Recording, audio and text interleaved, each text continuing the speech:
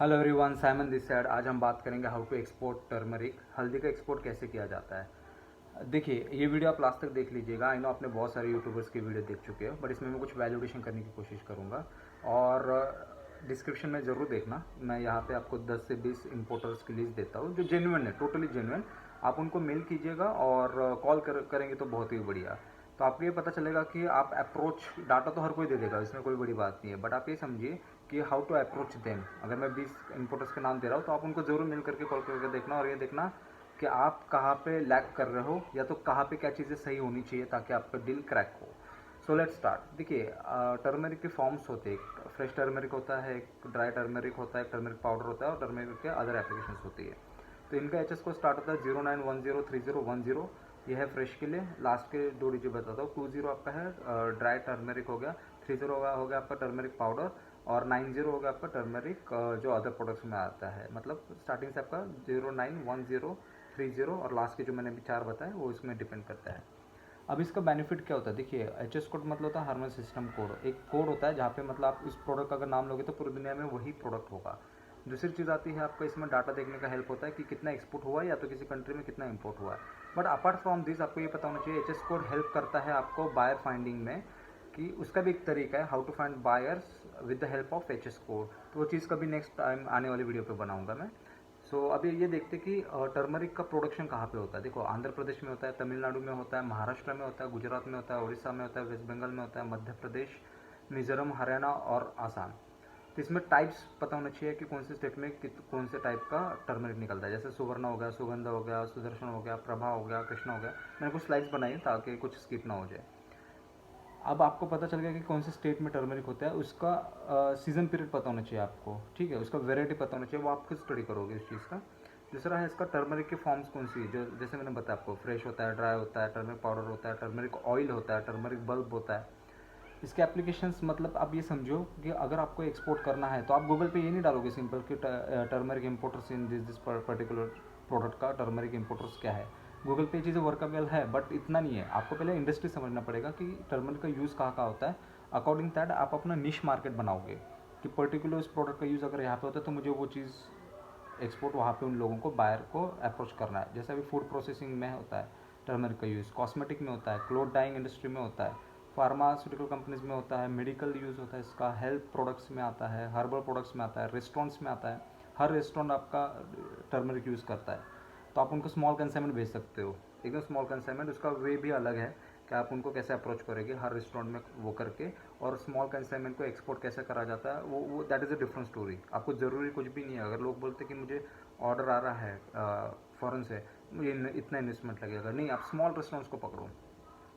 किसी भी कंट्री के जहाँ से जो टॉप इंपोर्टर्स हो गए, उस कंट्री में रेस्टोरेंट ढूंढो, ट्राई टू अप्रोच देम, और उनको स्मॉल कंसाइनमेंट भी भेज सकते हो। और उसमें उनके ज़्यादा डॉक्यूमेंट्स की ज़रूरत भी नहीं पड़ेगी। जो एक मैंडेटरी है वो तो लगेगा ही लगेगा, बट इंपोर्ट करने के टाइम उनको इंपोर्ट ड्यूटी भरनी पड़ती है। But there is some provision कि एक कंट्री में, जैसे यूएस और कनाडा में आप भेजते हो, तो एक पर्टिकुलर इनवॉइस के अंदर अगर आपका कंसाइनमेंट है तो बायर को इंपोर्ट ड्यूटी नहीं लगेगी। इसका प्रोविजन भी है, और जिसको नहीं पता तो आप मुझे प्लीज़, डिस्क्रिप्शन में नंबर है, उसमें मैं आपको फिर फ़ोन कीजिएगा, मैं आपको बता दूंगा।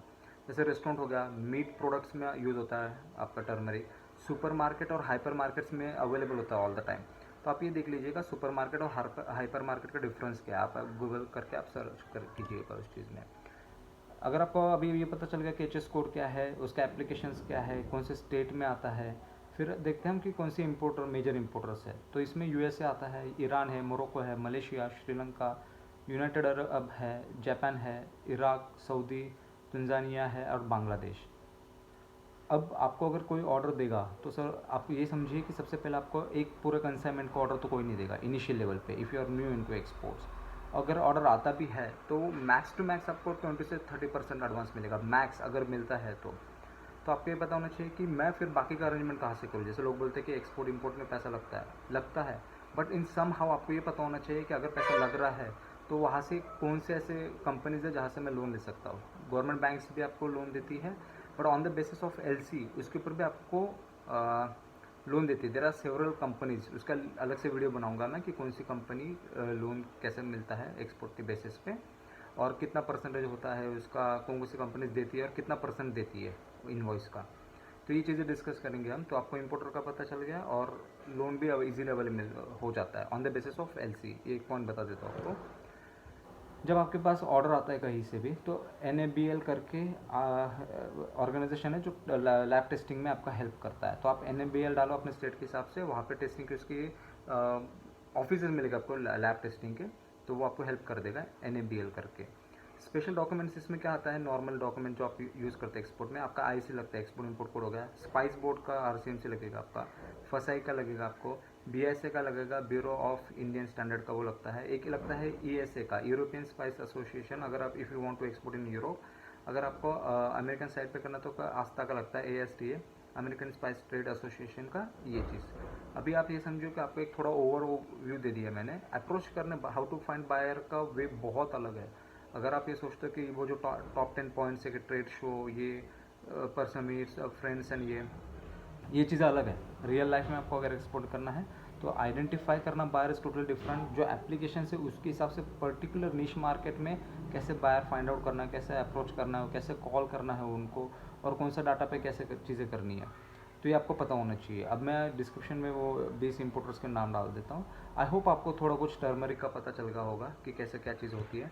और इसके अलावा आपके अगर आप पैकिंग की बात करते हैं तो इसमें क्लीन गनी बैग्स होते हैं जो लैमिनेटेड होने चाहिए, होता है ना, थोड़ा प्लास्टिक का लैमिनेशन होता है इसमें, ताकि उसमें पानी या वो मॉइस्चराइजर कंटेंट ना लगे।